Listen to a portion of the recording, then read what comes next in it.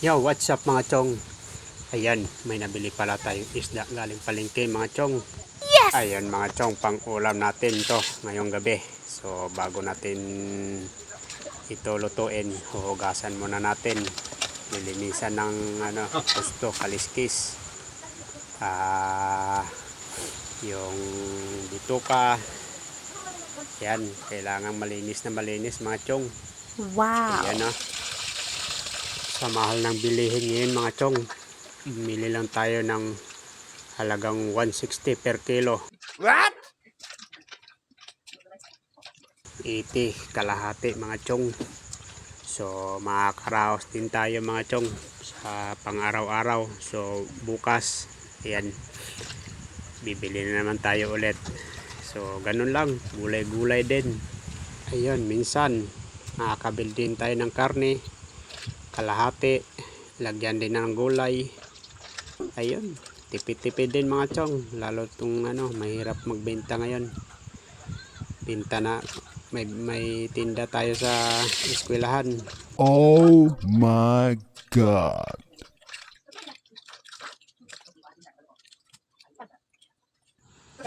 Hirap ng kumita ng pera ngayon mga chong, lalo sa pamamasada, lalo pag walang pasok ng estudyante.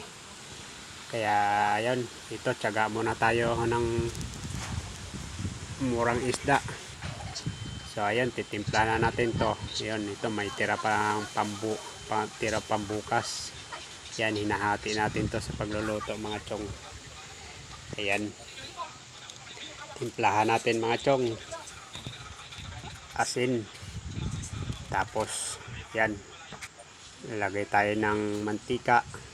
Magpainit tayo ng mantika para ayan, diretso na tayo luluto mga chong. Ayan,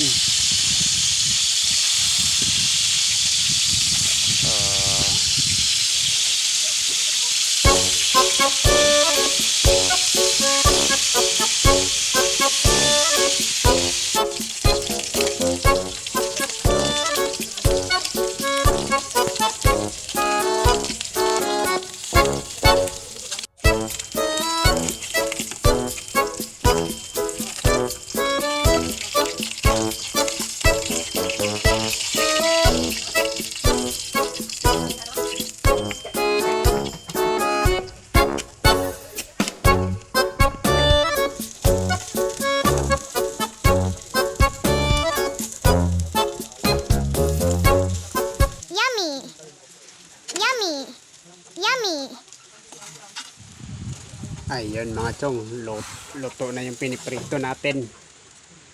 So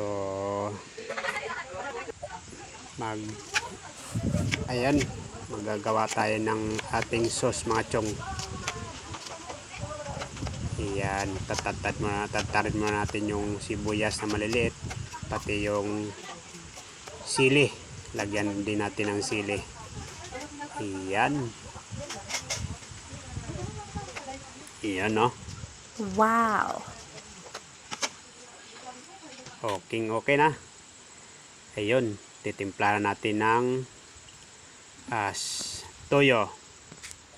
Ayun mga chong, ready to eat na. Alright, let's do eating.